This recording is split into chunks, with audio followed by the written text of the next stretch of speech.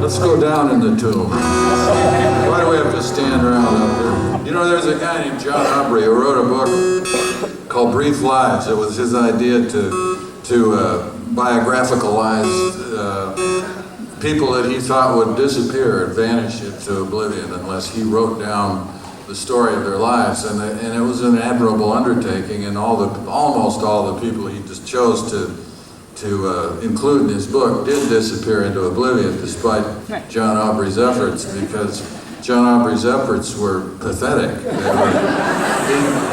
He'd select somebody, but he wouldn't know who they were. All he knew was, I mean, you can find the book, and there'll be, you know, the Earl of Gloucester or Chichester or whatever, sort of the way it starts, who was born probably near the so-and-so, maybe in June, but it could have been 3 or 4 years later, depending on who his mother really was. I'm not sure. It could have been. It goes on like that until until it just peters out at the end, which happens awful soon. So you know less about this guy than you did to begin with, before you'd ever even not heard of him.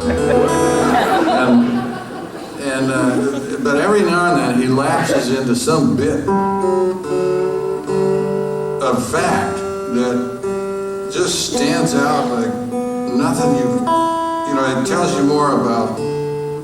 a lot about John, and quite a bit about what was, the way they did things there in I think it was the 17th century.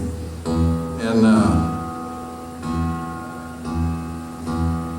there was another diarist at the time named Samuel Pepys, and you can read his diary. John Aubrey is just this drifty character but there's a theme in the book, which is the sore on top of John Aubrey's head. He begins the book by telling you that his sore is doing pretty well today. And off and on throughout the book, he reverts to his sore, because that's what really holds his attention, not these people that shouldn't vanish into oblivion. And it's with him for over 20 years. He keeps this book in a real lame fashion for that much time. And he's a bum. He's a nobleman who's broke, and he moves in on people. And they let him stay around until they can figure a way to get rid of him. And but the reason I was thinking of the tomb, at one point during, I think it's the fire, the London fire, and the lid of a tomb somehow winds up being moved off this way in some abbey somewhere. And these two friends of his decide to go in there, into the abbey, after the fire, to see if there's anything, worth having, other than stiffs. And they look for stuff, I guess. And they notice that this lid has moved on this sarcophagus, or whatever you call it. And they look down. This is what Aubrey thinks is worth telling us. They look down in there, and there's somebody in there floating in a kind of what he calls a liquor. And then I don't think anyone in this room would do this. I think you have to be 400 years younger to decide to do this. They tasted the liquor.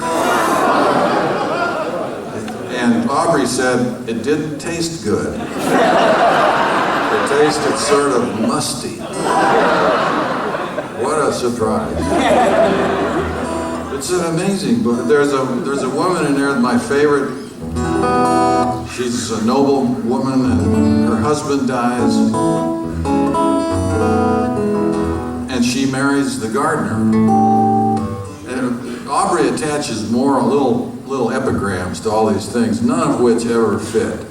They have nothing to do with what he just told you. And this woman marries the gardener. She's a noble woman, she has tons of money, but she marries a gardener whose nose is collapsed because he's got the pox.